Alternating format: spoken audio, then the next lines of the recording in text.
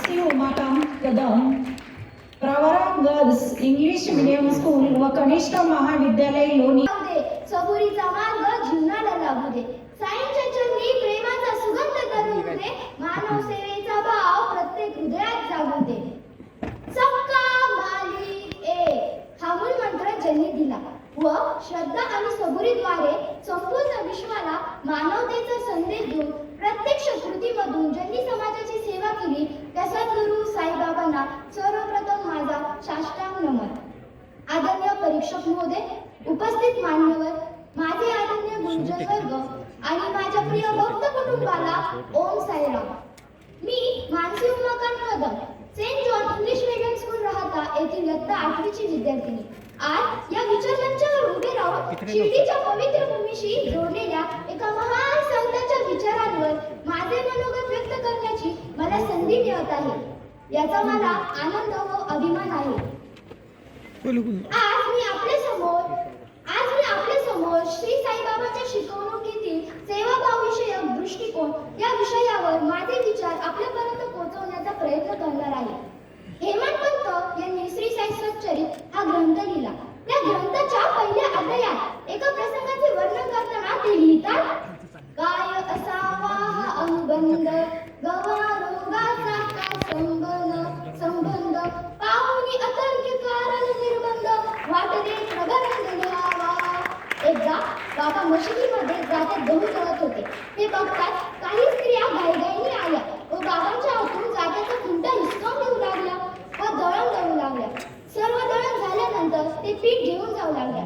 ते बघतात बाबा त्यांच्यावर रागावले व म्हणाले, जा गावाच्या शिवेवर ते पीठ टाका. त्यावेळेस गावामध्ये महामारीची साथ होती. त्यापासून प्रतिबंध करण्यासाठी बाबांनी हा उपाय केला होता. आपल्या भक्तांविषयी समाजाविषयी असलेली तळमळ बाबांना कशी होती हे आपल्या प्रसंगातून दिसते.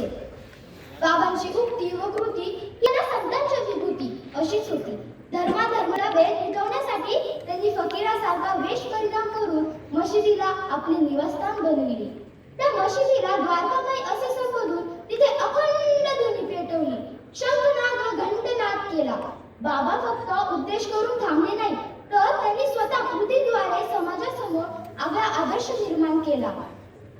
बाबांच्या देहावतारातील काळाचा विचार केला तर त्या काळाचा समाजावर अनिष्ट रूढी परंपराचा जबरदस्त पगडा होता. म्हणूनच त्या समाजाच्या दृष्टीने बाबांची उक्ती व कृती ही समाज परिवर्तनाचे अनोखे पाऊलच होते. नाही जयासी देह विमान, असो हिंदू वा मुसलमान, सकल वर्णा समसमान, तयान भिन्न पण जातीचे, असे बाबाचे अलौकिक व्यक्तिमत्व होते. एकदा एक मामलेदार आपल्या डॉक्टर मित्राला शिर्डीला घेऊन आले. डॉक्टर ब्राह्मण होते. डॉक्टरांची श्रीरामावर अपार श्रद्धा. मुसलमान असलेल्या बाबांचे आपण पाया पडणार नाही असे त्यांनी आपल्या मित्राला सांगितले. परंतु द्वारकामाईमध्ये गेल्यानंतर नवलच घडले. सर्वात प्रथम डॉक्टरांनी बाबाच्या पायाशी लोटांगणच घेतले. मग मित्राने विचारले, आपले निश्चय आपण विसरलात का काय? मुसलमानाच्या पाया कस काय पडला?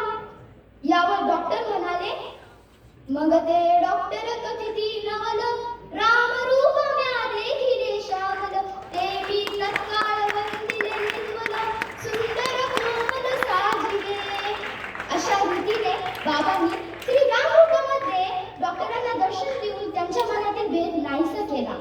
श्री साई सच्चरित्राच्या 12व्या अध्यायात या प्रसंगाचे सुंदर वर्णन आहे. समाजामधील जाती भेदाच्या भिंती तोडून सर्व मनुष्य प्राणी एक आहेत हे सुद्धा समाजप्रती असलेले सेवाभावाचे अनोखे उदाहरणच आहे. बाबांचा सेवाभाव हा त्यांच्या अंतःकरणामधून निघालेला मायेचा झराच होता. अनेक दुःखी कष्टी लोक आपले शारीरिक व मानसिक आजार बाबांना सांगत.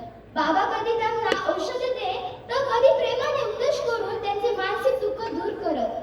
बाबांनी कधीही कोणत्या कर्मकांडाला महत्त्व दिले नाही, तर बाबांनी सांगितले आपले कर्म आपल्या प्रामाणिकपणे मधून दिसले पाहिजे. साईबाबांनी आपल्या शिकवणुकीमधून सेवाभावाचा संदेश दिला. म्हणूनच श्री सद्गुरु नाम पवित्र, हेच आमचे वेदशास्त्र, साई समर्थ आमचा मंत्र, यंत्र तंत्र ही ते एक,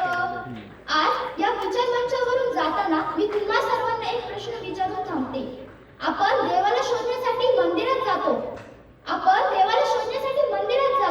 पण आपण जर का गरजू व्यक्तीची मदत केली तर त्या मदतीमध्ये साईंचे दर्शन होणार नाही का?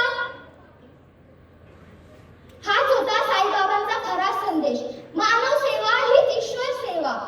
श्री सच्चिदानंद सद्गुरु साईनाथ महाराज की जय. ओम साईराम. धन्यवाद. Pravara girls English medium school व कनिष्ठ महाविद्यालय लोणी